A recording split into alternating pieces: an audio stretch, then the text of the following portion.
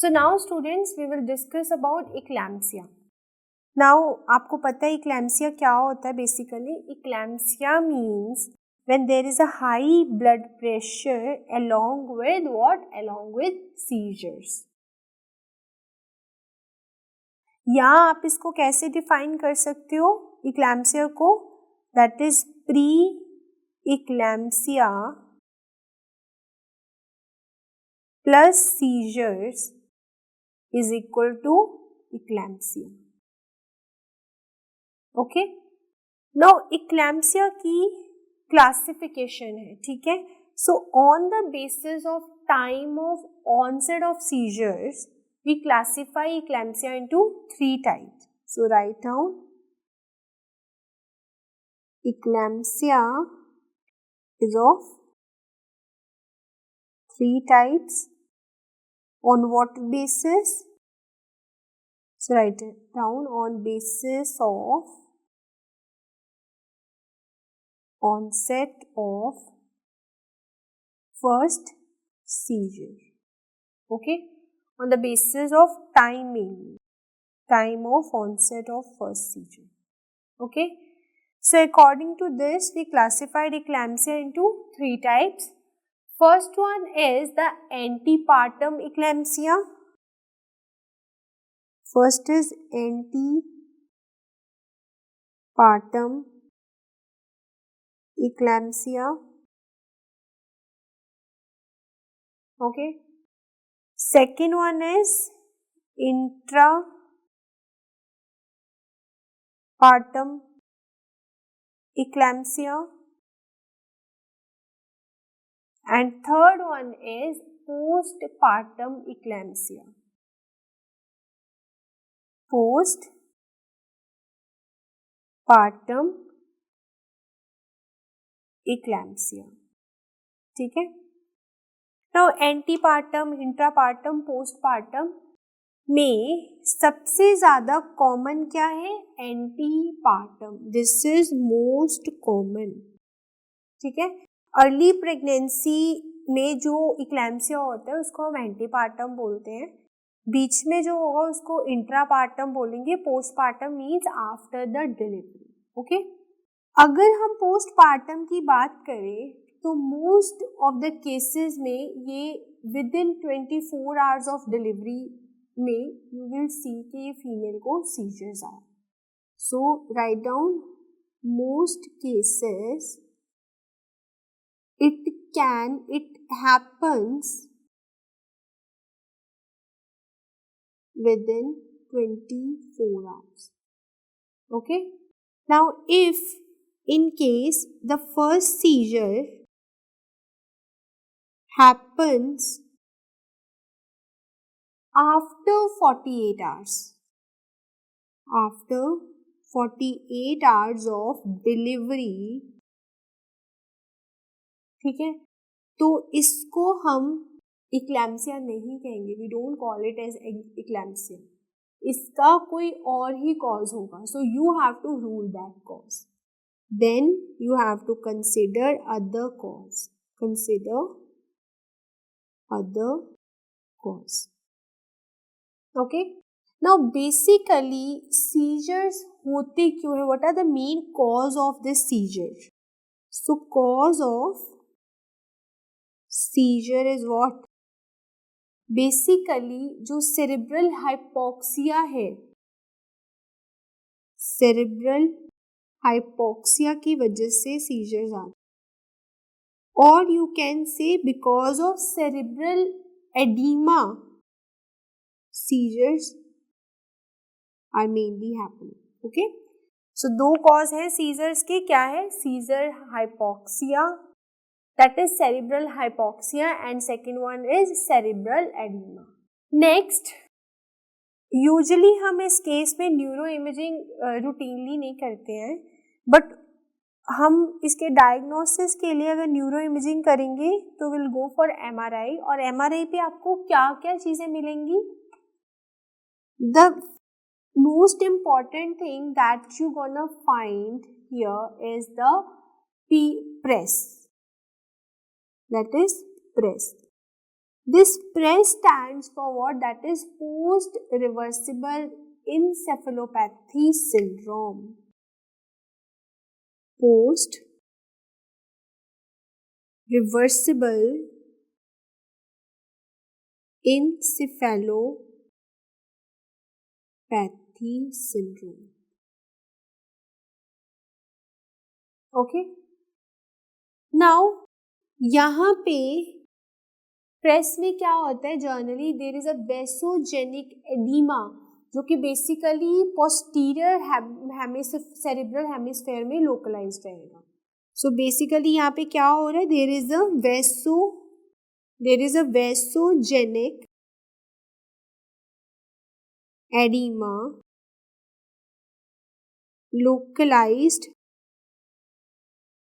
localized where? To posterior cerebral hemisphere. ठीक है, so just highlight this PRES syndrome. This is post reversible encephalopathy syndrome. और इस पे आपको क्या देखने को मिलेगा, वेसोजेनिक oedema localized to posterior cerebral hemisphere. Got it? Now this we have talked about in case of eclampsia, but if there is a presence of atypical eclampsia है तो आपने क्या करना है, here you will also do MRI. ठीक है, basically ये atypical इक्लैम्सिया होता क्या है, सी नाउ आपके पास एक फीमेल आती है, ठीक है, ना तो उसका जो सिम्टम है ना तो वो प्रॉपर इक्लैम्सिया के है ना वो प्री इक्लैम्सिया, ठीक है, then that lady is characterised under atypical eclampsia. So a woman who does not meet the criteria of pre-eclampsia, we consider it as atypical eclampsia. ठीक है. Second, atypical eclampsia हम कब कहेंगे, when there is a persistent neurological deficit. Persistent neurological deficit is there. Okay. Write down, this is the second point. First में just write patient don't meet criteria for pre-eclampsia.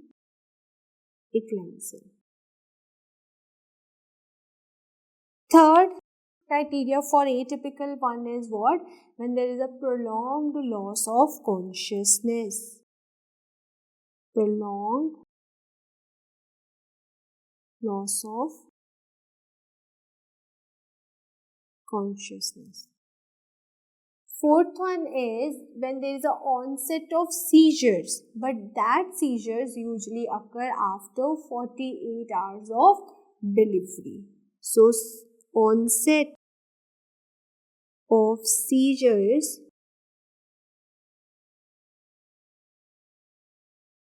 occur after 48 hours of delivery. Or you can say the onset of seizure is less than 20 weeks. Onset of seizure is less than 20 weeks. Okay. So atypical eclampsia में mainly क्या होता है, first patient does not meet the criteria of preeclampsia, ठीक है.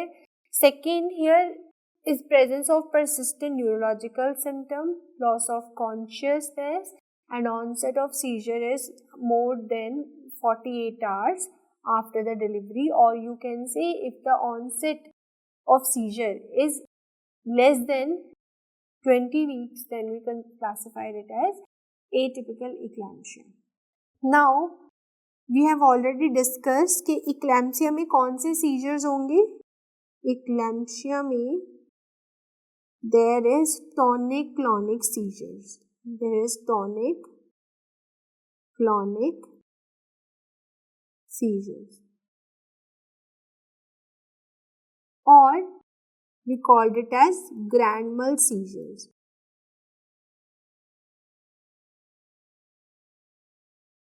Okay. Tonic, clonic का मतलब आपको पता है, tonic means stiffening and clonic means jerking. So इस पेशेंट में स्टिफनिंग एंड जर्किंग थिंग्स होंगी. इसकी बॉडी बिल्कुल स्टिफ कर जाएगी और जर्क लाइक मूवमेंट प्रोड्यूस करेगी. ठीक है. So this is a characteristic seizures you gonna see in case of eclampsia. Now अगर इस पेशेंट में टॉनिक क्लॉनिक सीजर है, ठीक है, तो आपने इसको एडमिट कर लेना है ऑब्वियसली. तो आपने इसको बेड से बांध देना है, बेसिकली बेड विद रेल्स देना है इसको. ठीक है. And you have to take care of the airways of this patient. Okay.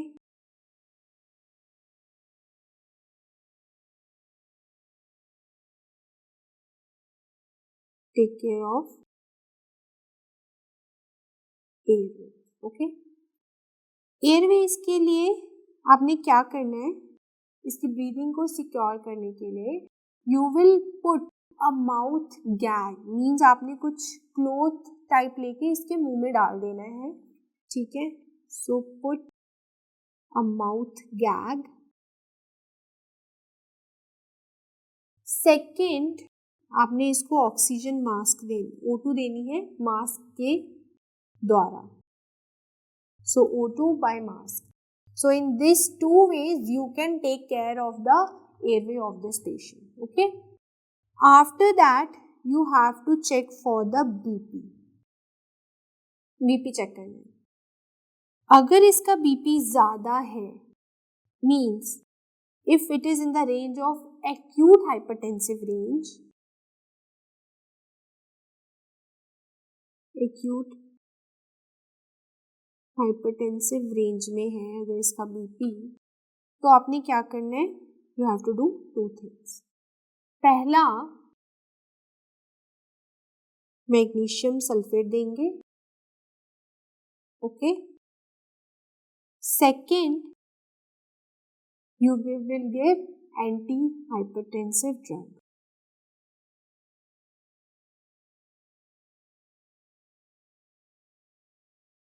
ठीक है. Now anti hypertensive drug of choice हमारा कौन सा है, you very well know, that is labetalol. So second हमने बोला इसको हम देंगे मैग्नीशियम सल्फेट. मैग्नीशियम सल्फेट हम क्यों देंगे, for proteinuria, for proteinuria. And secondly for seizures as well. ठीक है. For proteinuria, recurrence of seizures. So हम proteinuria के लिए और seizure की recurrence को रोक, अरे यार what the hell I said.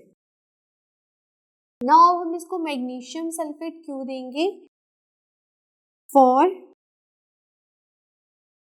prevention of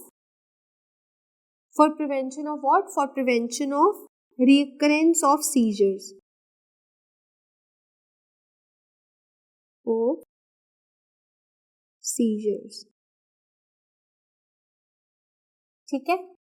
basically ये जो MgSO4 है ना, this is not a hypertensive drug. ये एंटी हाइपरटेंसिव नहीं है. This is not anti hypertensive at all. ये हम सिर्फ सीजर्स को कम करने के लिए या उनको रोकने के लिए यूज करते हैं. ठीक है.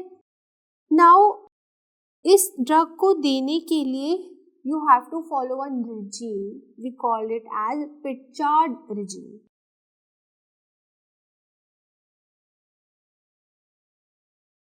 पिचार्ड regimen. अब ये पिचार्ड रेजिमेन जो है, बेसिकली हमने मैग्नीशियम सल्फेट के लिए है. यहाँ से वो क्वेश्चन पूछ सकते हैं कि which regimen is followed for MgSO4. So that is with charge regiment. Okay, इसके अकॉर्डिंग आपने लोडिंग डोज कितना देना है? लोडिंग डोज ऑफ MgSO4 कितना देना है? That is you will give IV 4 grams of 20% MgSO4 solution. Okay, आपने 4 grams देना है 20% मैग्नीशियम सल्फेट का. ठीक है, अगर आप IV दे रहे हो. दूसरा, IM के केस में you have to give 10 grams of 50% MgSO4 solution. Okay, now after this loading dose, after 4 hours basically, ठीक है, 4 hours of loading dose, after 4 hours of loading dose आपने देना है मेंटेनेंस डोज. कौन सा dose? Maintenance, repeat, maintenance dose. ठीक है, maintenance dose हम कितना देंगे?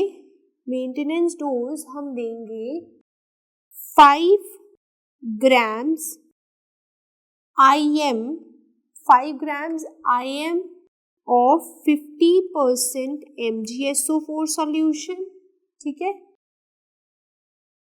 और इसको आपने एवरी 4 hours के बाद देना है. This is given every 4 hours, given after every 4 hours.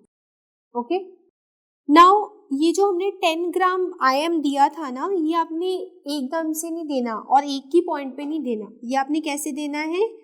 5 gram आप दोगे एक बतख में और 5 ग्राम आप दूसरे बतख में. सो 5 ग्राम बेसिकली हम देंगे ईच बतख में. So 5 grams in each buttock. Got it? Now we set maintenance dose में हम 5 ग्राम, सो बेसिकली हम मेंटेनेंस डोज में 5 ग्राम दे रहे हैं 50% ऑफ Mg सोल्यूशन का. And you have to repeat this every 4 hours. ठीक है, every 4 hourly you have to repeat this. Now on alternate, ये तो हमने एक बतख में दिया 5 ग्राम. अब ऑल्टरनेट बतख पे आप क्या करोगे? Same you will do on alternate buttock. Okay, same thing, same 5 gram आप दूसरे बतख पे भी दोगे. Now before giving the maintenance dose you have to check for certain things. Before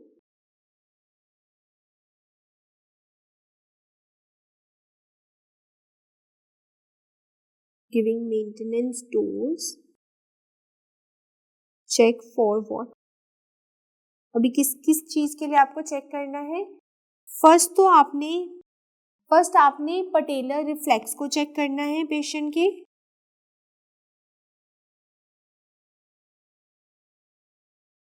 ठीक है, दूसरा you have to check for the respiratory rate. ठीक है, if it is more than 12 per minute, it's fine. Third, you have to check for urine output.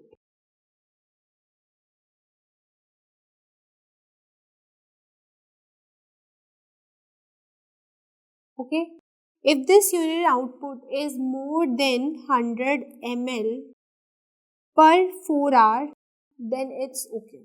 ठीक है, now अगर इन तीनों में से the patellar reflex, respiratory rate, urine output, अगर इन तीनों में से कोई भी, ओके, सो आपने बिफोर गिविंग MgSO4 ये तीनों चीजें चेक करनी है. ठीक है, अगर ये तीनों में से कुछ भी डीअरेंज्ड है, मीन्स अगर पटेलर रिफ्लेक्स जो नहीं है, या फिर रेस्पिरेटरी रेट कम है 12 से, या फिर बेसिकली जो यूरिन आउटपुट है ना, ये आपको मैग्नीशियम टॉक्सिसिटी नहीं बताती है. ठीक है, oliguria is basically not a sign for magnesium toxicity. Just right here oliguria is not sign for magnesium toxicity. Okay, basically अगर इन दोनों में कोई भी दिक्कत आ रही है, पेटेलर रिफ्लेक्स नहीं आ रहा है या रेस्पिरेटरी रेट कम है, तो just think of what that is magnesium toxicity. और आप लोगों को पता है कि मैग्नीशियम टॉक्सिसिटी के केस में हमें क्या देना है उसका antidote, that is calcium gluconate. Okay, इसीलिए हमने ये 3 चीजें चेक करनी है to rule out the magnesium toxicity. अगर इन तीनों चीज़ों से आपको मैग्नीशियम का लेवल स्टिल नहीं पता लग रहा, तो what you have to do is you have to send serum magnesium levels. आपको सीरम मैग्नीशियम भेजना है पेशेंट का. From there you came to know कि मैग्नीशियम लेवल्स कितने हैं. तो according to that you can treat this patient. Okay, now what is the specific treatment? If I ask you what is the specific treatment for eclampsia? Specific treatment of eclampsia is what? That is termination of pregnancy. And यही एक best treatment है इसका. Termination of pregnancy is the specific treatment to eclampsia. Okay, now ये जो termination of pregnancy है ये आपने pre eclampsia और इक्लेम्सिया में कब करनी है और कैसे करनी है फर्स्ट. सो इसके बारे में हम डिस्कस करेंगे. Termination of pregnancy in pre eclampsia और eclampsia.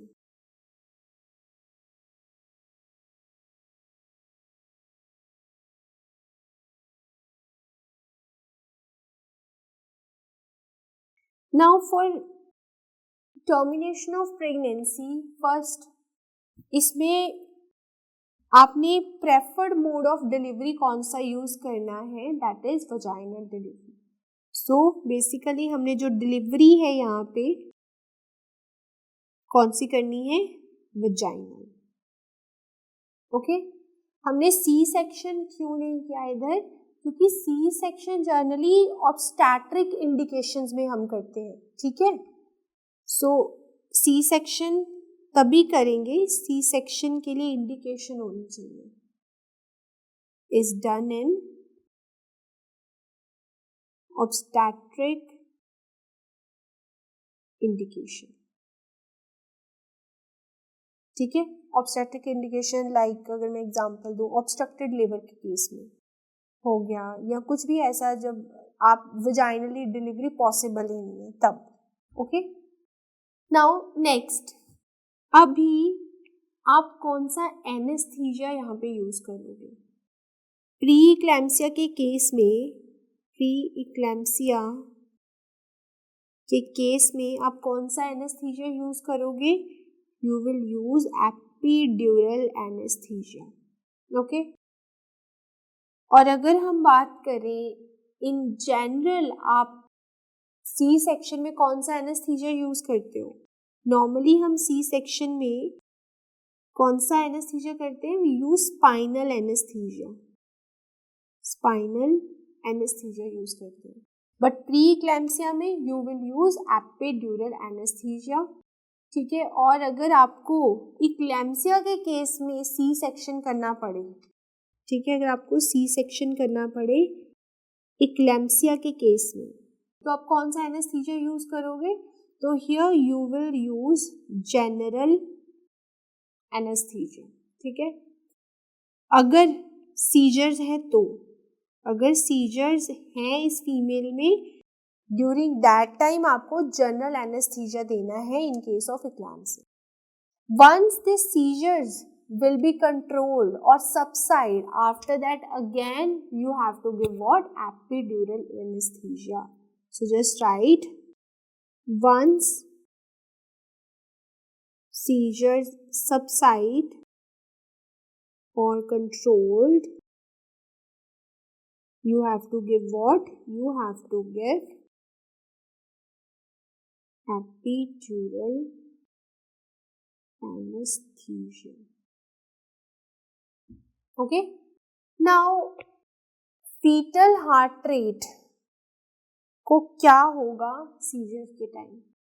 So basically when there is seizures, जब सीजर्स होते हैं तो जो फीटल हार्ट रेट है ना वो कम हो जाती है, इट डिक्रीजेस. ठीक है. सो अगर किसी फीमेल में इक्लैम्शिया है और फीटल हार्ट रेट कम हो रही है, सीजर्स और फीटल हार्ट रेट अगर कम है, तो इस केस में आप क्या कर सकते हो? In this case you can go for C section. ठीक है, बिकॉज अगर आपने सी सेक्शन नहीं किया तो हो सकता है इस बच्चे की जान चली जाए. ठीक है. सो अगर कुछ ऐसी सीवियर इंडिकेशंस हैं तो definitely we will go for C section. Okay, now जैसे ही हमने बोला जब सीजर है तो इस जो फीटल हार्ट रेट है वो कम हो जाती है.